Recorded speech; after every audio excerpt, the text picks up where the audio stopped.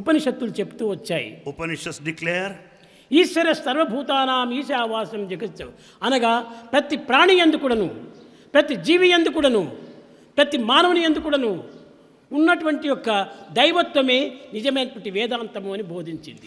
in fact, Upanishads teach that the primordial principle of Vedanta is to realize the divinity in every living creature, in every living being, in every being and human being. బ్రహ్మత్వమునకు ఉండినటువంటి సంబంధ బాంధవ్యాన్ని ఒక్క సూక్ష్మమైనటువంటి మాటలో ఉంటుండాలి. In fact, it is explained in a subtle form the existence of ఇతని విష్ణువు, ఇతని ఆత్మ, ఇతని ఈశ్వరుడు, ఇతని బ్రహ్మ, ఈ పేర్లకు మాత్రం మనం సంబంధం పెట్టుకోకూడదు. Don't be carried away by the nomenclature, the verbosity, calling it as Atma, the individual. అన్నింటి యందు భగవంతుడే ఉన్నాడు. Bhagavan, God is present in all. కనుక మనం ఈ భగవతత్వాన్ని మనం విచారణ చేసినప్పుడు మన అంతర్భూతం నుండి ఆవిర్భవిస్తుండాలి. When once you investigate divinity, you will understand the divinity within you. ఈ సత్యాన్ని ప్రతి వ్యక్తి కూడా నువ్వు గుర్తించడానికి ప్రయత్నించాలి. Every individual must make an attempt to know this truth. యోగి, భోగి, జోగి, విరాగి, బైరాగి సర్వులు ఎందుకు కూడా ఉండినటువంటి యొక్క ఆత్మతత్వం ఒక్కటే. The Atmic principle is uniform. No matter if a pauper or a millionaire, attached or a householder or a recluse or a Yastika, renunciant. నాస్తిక, ఆస్తిక, యాస్తిక, నాస్తిక ఈ తత్వమునందు కూడా ఉన్నటువంటిది దైవత్వమే. The same divinity is present in a theist, atheistic or theistic atheist.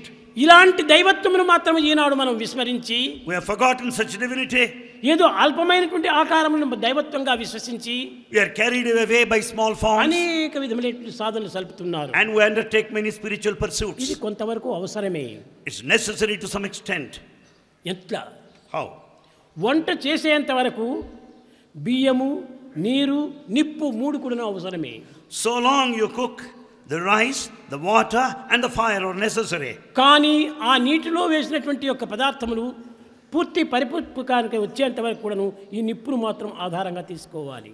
The fire is necessary so long it is needed for cooking process.